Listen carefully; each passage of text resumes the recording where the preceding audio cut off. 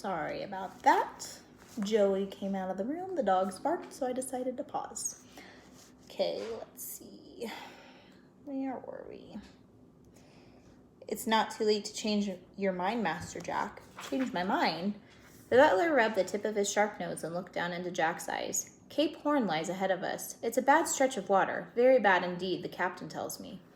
The wind comes howling in like banshees, and the waves can batter a ship to splinters. No one will think the less of you, Master Jack, if you leave the Lady Wilma here at Rio. We'll manage to get you a passage back to Boston. Jack turned away from Praiseworthy's gaze and tightened his eyes against the breeze. He felt a welling up inside him. Didn't Praiseworthy want him along any longer? I'm not scared, he answered finally. The thought hadn't crossed my mind. You said we were partners. We are indeed, but I could never forgive myself if... Do you think we'll get smashed to splinters? The Lady Wilma's a stout ship. Do you think Captain Swain's a good master? None better, answered Praiseworthy.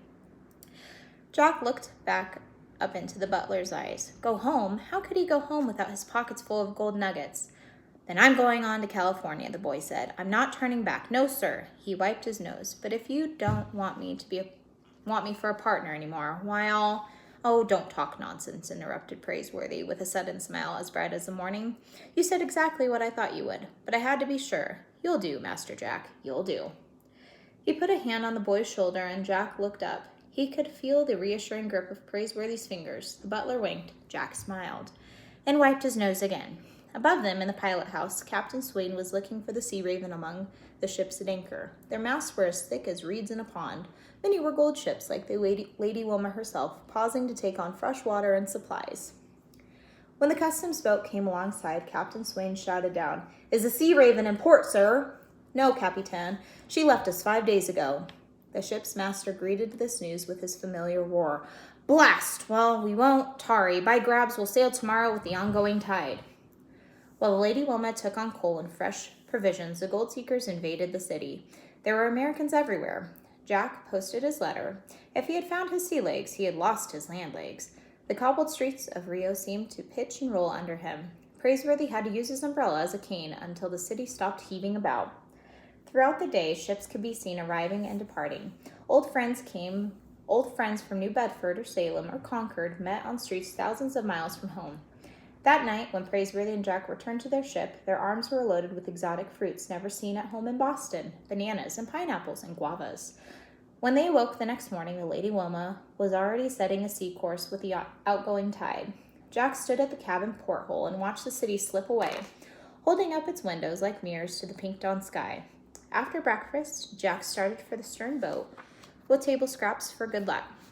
Suddenly, he heard the blare of Dr. Buckbee's alarm trumpet. A moment later, the horse doctor appeared from the passageway with the trumpet at his lips, and his cheeks swelled out like apples. The noises brought passengers from every direction. It's stolen, Dr. Buckbee wailed, pausing for breath. Gone! What's this? Said Praiseworthy, interrupting a stroll around the deck. What's gone? My gold map. I'm ruined. The horse doctor gave a final wail on the trumpet. My brother, rest his bones, posted it to me as he lay dying in California, and now it's been stolen. Gone! Cut-Eye Higgins, said Mountain Jim. But almost at once it was discovered that Cut-Eye Higgins was too gone. He had been forgotten in the haste of coaling and watering the ship, and when Jack reached the afterdeck, he found that Good Luck, too, was missing.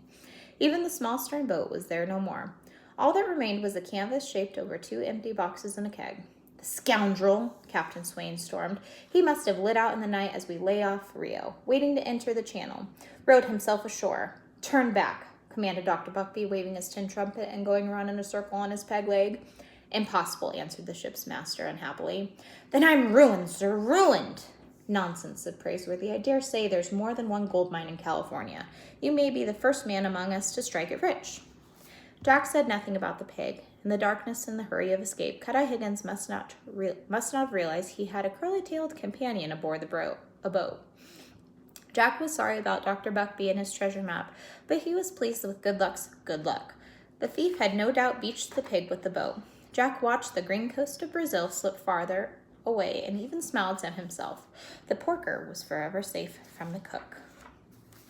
Okay, chapter 5 is titled Land of Fires. So start thinking about what you think this chapter will be about. Maybe make some predictions and write them in the comments. See you later.